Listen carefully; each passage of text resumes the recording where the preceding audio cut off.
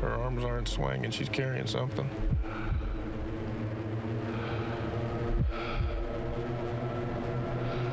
Yeah, she's got a grenade. She's got an RKG Russian grenade. She's heading to the kid.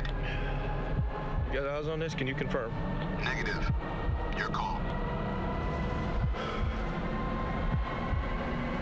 They fry you if you're wrong. Now, that was the opening scene from American Sniper, the Hollywood account of Navy SEAL Chris Kyle, the deadliest sniper in U.S. history. This week, it's a film that was almost banned by the University of Michigan. Welcome back to Let It Rip. With us right now is Zino Zier. She's a proud Lebanese American and soon to be a student at Wayne State in the fall. And although she does not attend U of M, she empathizes with the Muslim students who don't like the movie. And then Brian Koziara helped lead the fight to get the university to reverse its decision to cancel the film. He's a member of the Young Americans for Freedom and a law student at the school. Also back with us is Osama Zablani, soon to celebrate his 30th anniversary as the publisher of the Arab American News, a member of the Michigan Journalism Hall of Fame. And of course, everybody knows Charlie, so let's get busy. Now, American Sniper was the biggest movie of 2014. Now, Zina, I know that you didn't want to see this movie because you had heard about it, but what was it about it that offended you? So I think a movie like American Sniper, especially in the political climate that we have right now in the United States with the Islamophobia and the anti-Arab racism, is not a movie that I necessarily want to support or see. I've heard about it, I've read plenty about it in articles, reviews, and I don't think it's the type of movie that we need to be really, you know, championing right now, especially if you have students at the University of Michigan who feel threatened with the screening of such a film and have asked for there to be some more respect in terms of their feelings towards this type of film being shown. Well, actually, we invited members of the University Muslim community to attend tonight, but they declined because sadly they have been getting death threats from people all over the world because of their efforts to have this movie canceled. But meanwhile, Brian, you led the effort to get the university to change its mind. What was your argument? I did, and my argument was that, look, we're at a university. This is supposed to be about a free exchange of ideas. We're supposed to be confronting these things head on. We're supposed to be confronting controversy and discussing these issues. It does us no good as university students if we're going to find comfort zones or ask for safe spaces and hide from these issues. And furthermore, there was nothing saying that university students had to go and watch this movie. If you don't like the movie, if you're offended by it, don't go. It's quite simple. It's not a racist movie. It's not a documentary. It's about an American war hero, and it's focused on his service to the country. I don't find anything offensive with it, and if someone does, then they have a right to not go to the movie. Well, I don't know, Brian, if you're aware that the Hollywood version of American Sniper is a lot different from the book. Now, in the book, Chris Kyle is very forthcoming. He doesn't hold anything back. And these are actually some of the statements that he made from his autobiography. Quote, "I don't shoot people with Qurans. I'd like to, but I don't." He also wrote this in his book. "On the front of my arm, I had a Crusader cross inked in.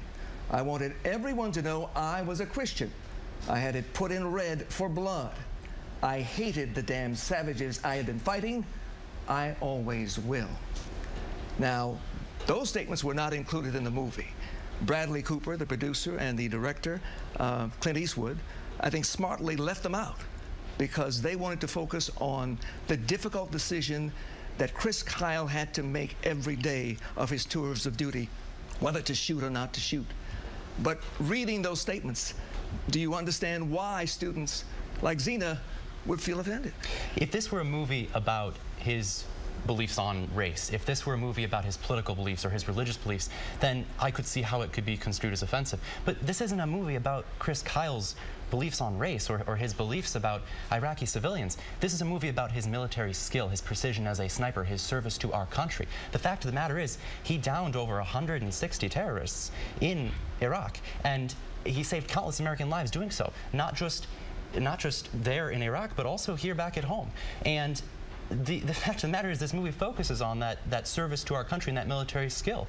If it would have been a documentary about his views on race, I mean, if we're going to say that we can't have a movie about anyone who said anything racist at any point in history, then we wouldn't be able to have a movie about Abraham Lincoln.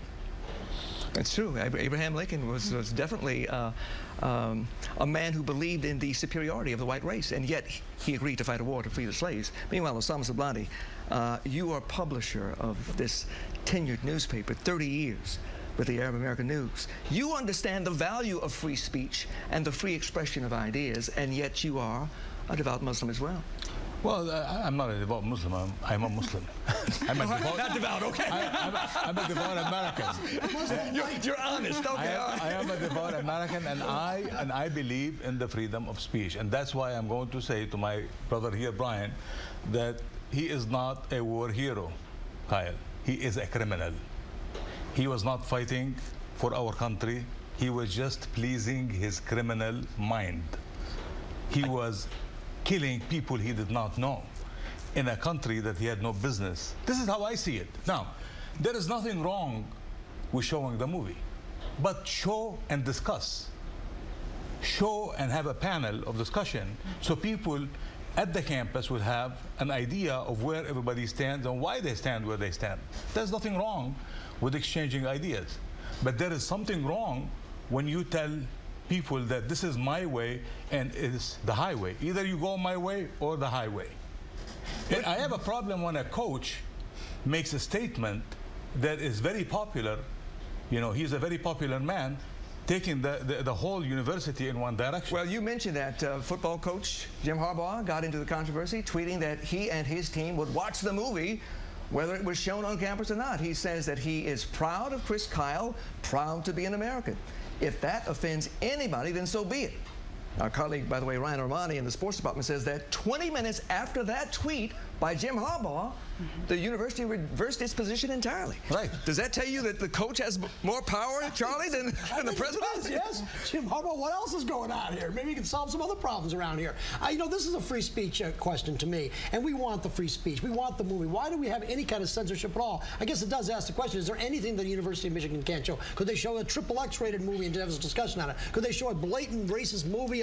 I mean, I guess that's the issue. But in general, I would say the answer is going to be yes. That's where we wanted us to have these discussions. So I have no problem with the movie. But it wasn't a question of free speech. The students agreed to have the film postponed and saved to a later date to have a panel discussion. But the students didn't agree. Because they believed that showing a film like this that created a lot of hate in the aftermath. Lots of people were tweeting after they left this movie that they wanted to go out and kill ragheads. So if you're showing a film like that and there's no sort of conversation that can happen afterwards where people can speak about this type of movie and the dehumanization of Arab and Muslim people, then we have a problem. That's are you really saying that a movie can influence University of Michigan students to go out and kill?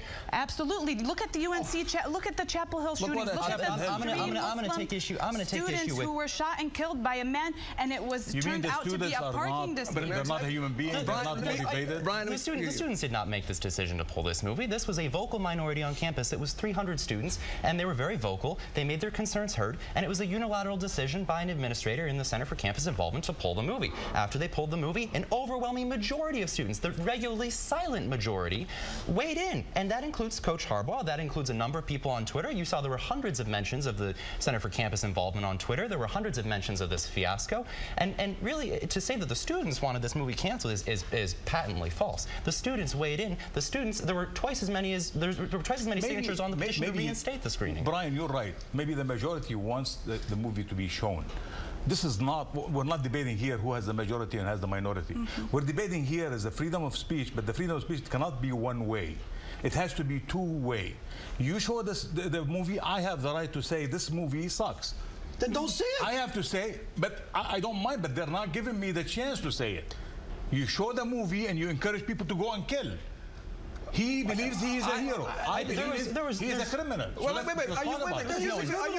This is a movie. Are you more shocked by a movie than you are by ISIS showing the real-life beheadings of Christians and Muslims? We condemn it every day, every second, every minute. There's a difference. It's a movie. Yeah. It's not. I want to reiterate. A video. But a movie can motivate people. You know, and I know that movie can motivate people to go and kill. But you know what? Discussion can also also motivate people to learn more about each other. Absolutely. We need to have and we want that discussion. Without showing the movie, we can't even have that discussion in the first place. We're creating these safe spaces and coddling students. Are we going to have the discussion? We need to have the We are having it right now, and we will continue to have it because of this very controversy. We thank you all for being here. This could be the start of something peaceful and wonderful and good. Who knows? Thank you. And Appreciate thank you for having it. Thank you. All right, we're going back to the issue of body cams. When Charlie takes the show on the road, would that cut down on officers behaving badly? You give us the answer. It's all next.